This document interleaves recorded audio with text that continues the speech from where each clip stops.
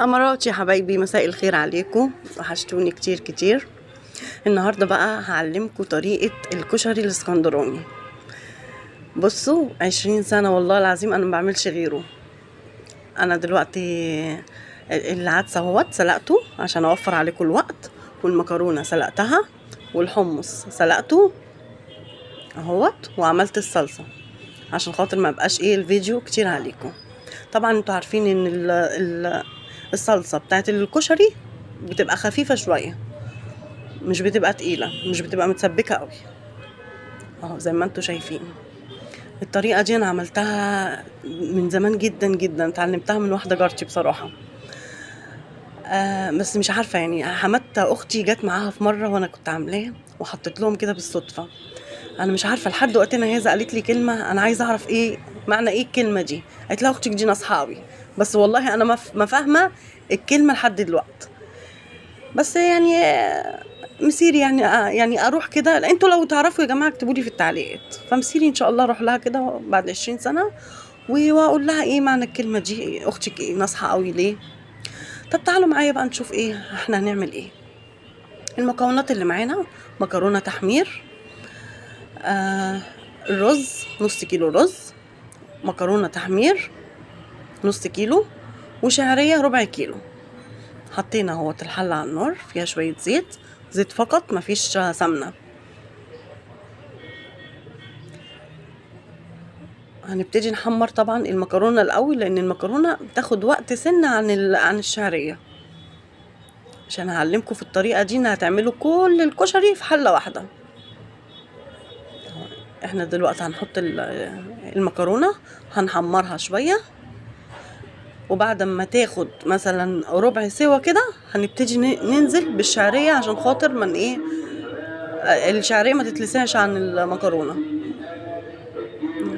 بسيطة خالص خالص، وطريقة سهلة جدا، وكل مكوناتها في كل بيت مصري. كل بيت مصري فيه المكونات دي، وموفرة طبعا في الظروف اللي احنا عايشين فيها دي. قبل ما اكمل الفيديو، ممكن يا جماعة اللايك والاشتراك بعد اذنكم، يعني اللايك والاشتراك. ولو اول مرة تتفرجوا عليا، انا يوميات كف القمر.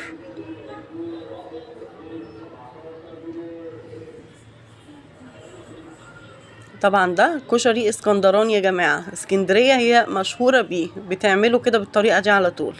ده خلاف الكشري المصري بتاعنا، يعني اللي كل حاجة في حتة واحدة، وطبعا ما بيبقاش فيه مكرونة متحمرة، ولا بيبقى فيه اهو المكرونة بدأت اهي في السوا شوية في التحمير.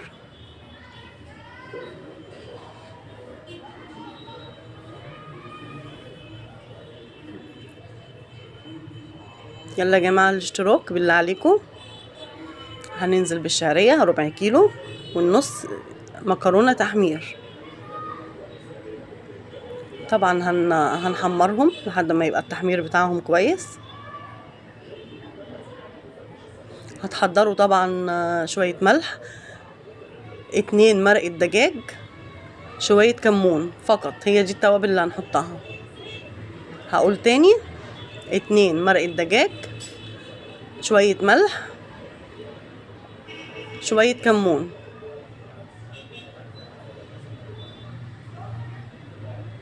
احنا اهو يا جماعة هي بدأت اهي خلاص تحمر، الاتنين هياخدوا نفس التحمير مع بعض.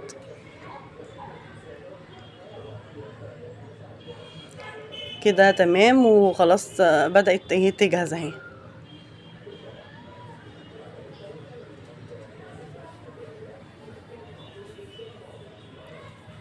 يلا يا جماعة الاشتراك بالله عليكم، وما تنسوش اللايك. كده اتحمرت معانا، هنكون طبعا غاسلين الرز ومحضرينه، وهننزل بيه، وهياخد طبعا تشويحتين.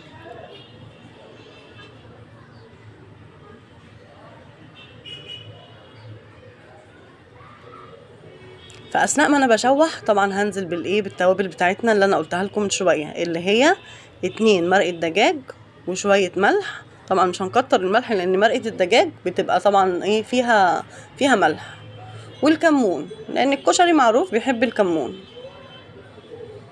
هفضل اقلب وهحط المكونات بتاعتنا اللي انا قلتها دي، التوابل.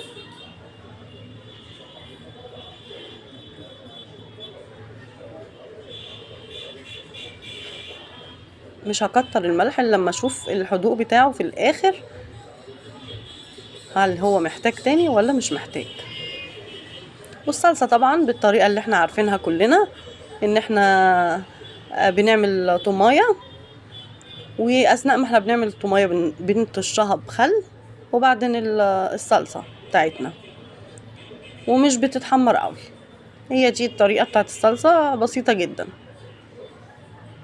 طبعا كلكم عارفينها، عشان كده انا ما عرضتش الطريقة بتاعتها عشان ما اطولش عليكم الفيديو. احنا بننزل بالحمص اللي هو واخد نص سوا، طبعا هيكمل سواه مع الرز. هنقلب كله عشان يبقى كل المكونات مع بعض.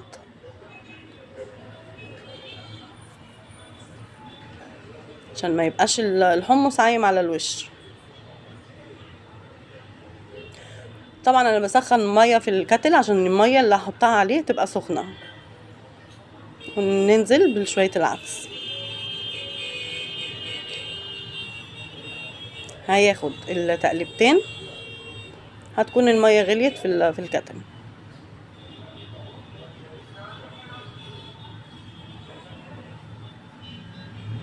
زي ما انتوا شايفين كل المكونات موجوده في حله واحده، ولا تعب بقى، ولا 20 حله ولا 50 حله ولا الكلام ده.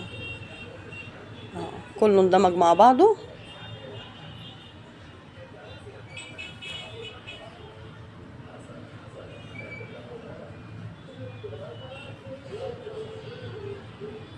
ننزل بالميه.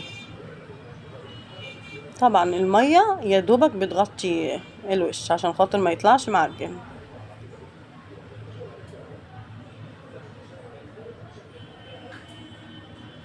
طبعا هقلب عشان اشوف الميه قد ايه، هل هو محتاج ميه ولا لا.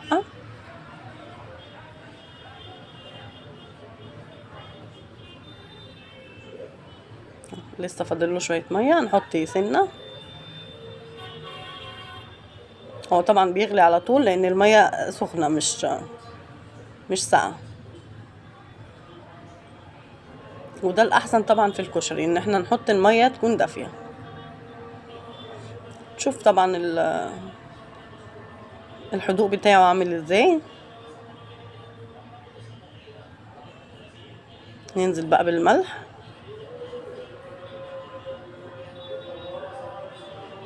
طبعا وانت بتعملي كده انت بتبقي فاهمه هو محتاج ايه، فهو محتاج شويه كمون تاني.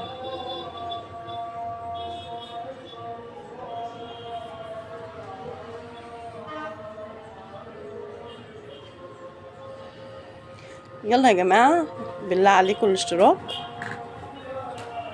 الاشتراك يا جماعه واللايك، انا اهم حاجه عندي اللايك.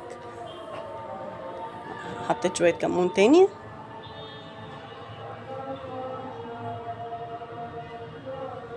عشان انت لما بتعملي لايك غيرك بيشوف الفيديو، وغيرك انت بتساعديني وبتدعميني باللايك بس فقط، عشان بتخلي الفيديو بيوصل لاكبر عدد ممكن.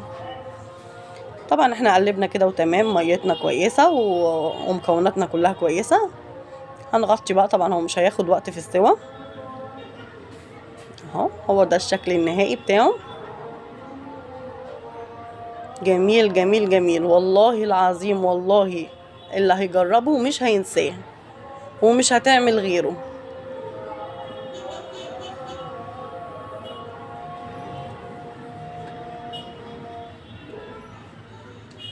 دوت انا غرفت الرز الاول،